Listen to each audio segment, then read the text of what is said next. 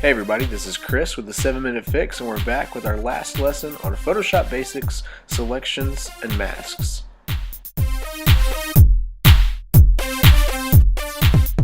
So today we're going to try to make an image that pretty much you may have heard of before. It's called 3 Wolves, 1 Moon, and I'm going to start off with this space image here that I just found online.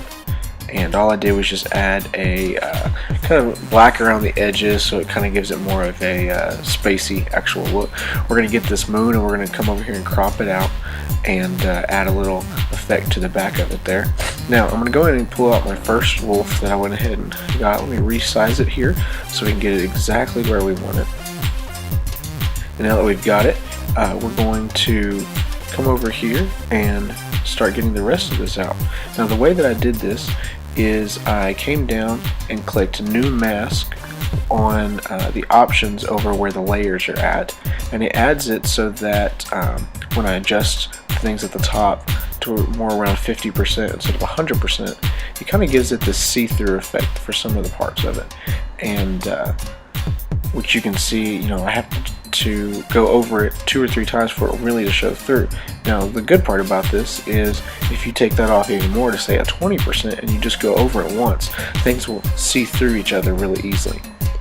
We're going to pull up the second wolf here, and yes, I know they're vastly different. We'll get to that in a little bit. I'm going to do the same thing. We're just going to add a mask, layer mask to it, and all that does is go on top of it, and anything that we erase, or I say erase, it's more like anything that we color over, is now going to show up with a layer that is beneath it.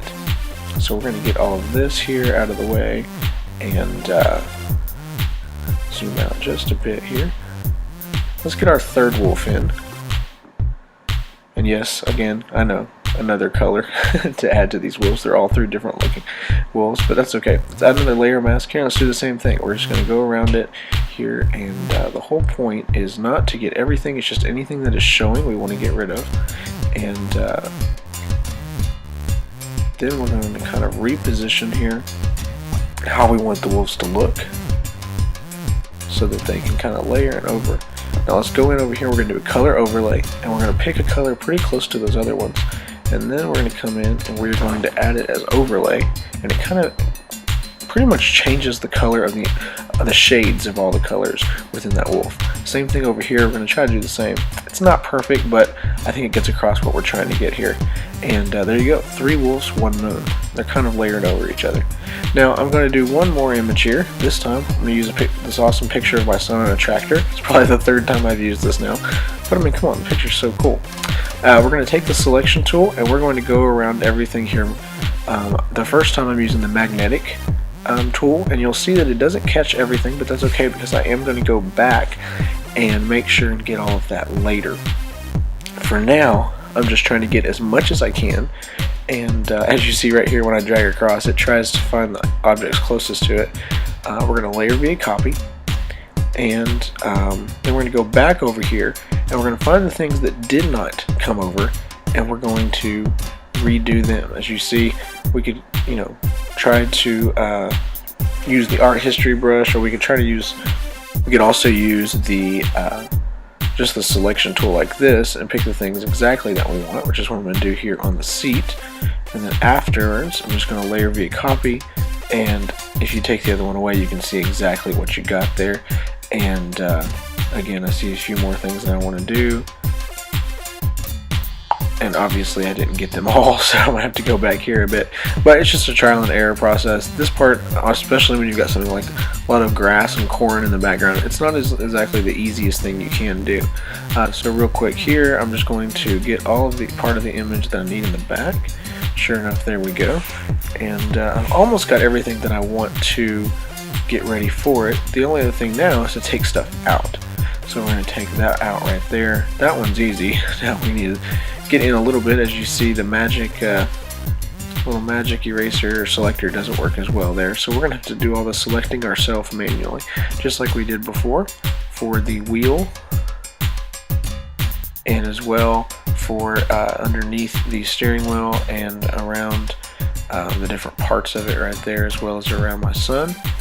And It's not going to be perfect. Again, that part doesn't exactly matter actually, because the whole image is still going to show up, but we want to get it as close as possible so that it makes the most sense here.